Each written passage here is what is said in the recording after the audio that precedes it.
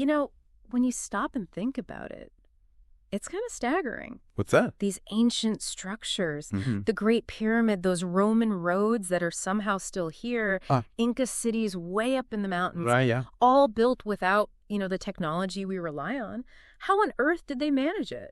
It's a fantastic question, isn't it? It really speaks volumes about human ingenuity, I think, faced with these huge challenges. Exactly. So that's what we're diving into today. We're looking at historical accounts, some recent archaeology too, trying to piece together the secrets behind these megastructures. Okay. The mission really is to understand the innovations, the resourcefulness that made it all possible. Sounds good. Where do we start? Let's go with the big one, the Great Pyramid of Giza. 2.3 million stone blocks. Right. Each weighing about 2.5 tons. It's just hard to even picture. It really is. Yeah. And for ages, the standard picture was, masses of laborers, copper chisels, maybe log rollers, these enormous ramps. Right, the brute force idea. Exactly. But what's really interesting now is the evidence suggesting something a bit more, clever. Specifically, the idea they might have used water. Water? How? To wet the sand in front of the sledges they used to pull the blocks. Wait, just damp sand? Yeah. Turns out damp sand reduces friction dramatically compared to dry sand. It makes sliding heavy objects much, much easier. Oh, that sounds almost too simple, but for a project that size. The impact is huge. Yeah. It could potentially have the number of workers needed for that part of the job. So less brute force, more smart physics, Yeah. understanding materials. Precisely. A really sophisticated grasp of how things work. So let's jump forward a bit.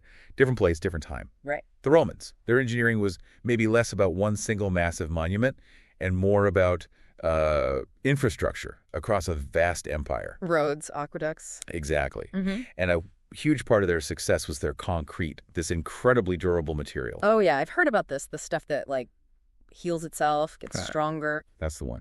They mixed volcanic ash, pozzolanic ash, with lime and seawater. Seawater. And that mix created chemical reactions over time within the concrete, filling in microcracks. It essentially self-healed. Amazing. Like the Pantheon's dome. Isn't that Roman concrete? It is. And they even made it lighter using pumice of volcanic rock as the aggregate up top. But it wasn't just the material. They were masters of standardization. Oh, okay. Like it. Prefabricated bricks, standard arch designs. It meant they could build efficiently and consistently everywhere. That makes perfect sense for an empire. You can just roll out the template for a fort or an aqueduct or a port like Caesarea, pretty much anywhere. A real system. A very effective system.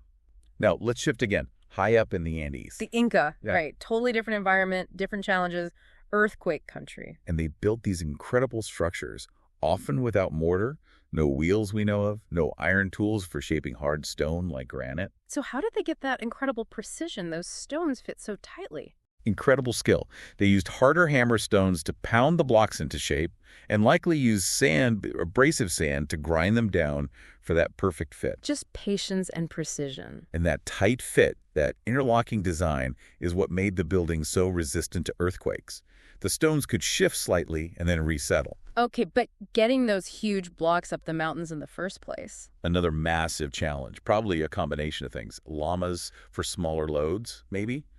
Log livers, ropes, ramps, and, crucially, organized labor. Or the MITA system. Exactly, their communal labor tax. Yeah. Harnessing the power of the community for these huge state projects. So again, it's clever techniques, understanding materials, but also incredible organization and collective effort. You see these common threads, don't you? Even across totally different cultures and times. Yeah, like maybe wooden sledges and grease tracks being used way back at Stonehenge to move those blue stones. Right. Or you look at Mesopotamia, the ziggurats there, they're made of mud brick, which isn't super durable on its own. So what did they do? They reinforced them with bitumen natural asphalt or tar to add stability and waterproofing.